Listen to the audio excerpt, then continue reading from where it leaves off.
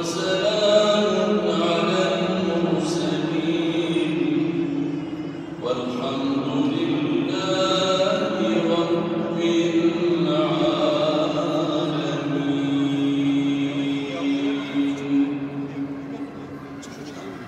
Muhterem müminler, okuduğum İsra suresi 78 ila 84.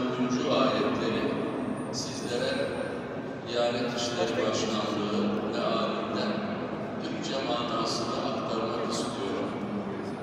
Bu ayet-i kerimelere candan kulak verdiğimiz gibi Rabbimizin bize ne buyurduğuna da öyle kulak verelim inşallah. Bismillahirrahmanirrahim. Güneşin gün ortasında tepeye çıkıp da artık fatvaya doğru beylediği zamanda karanlığın çöktüğü zaman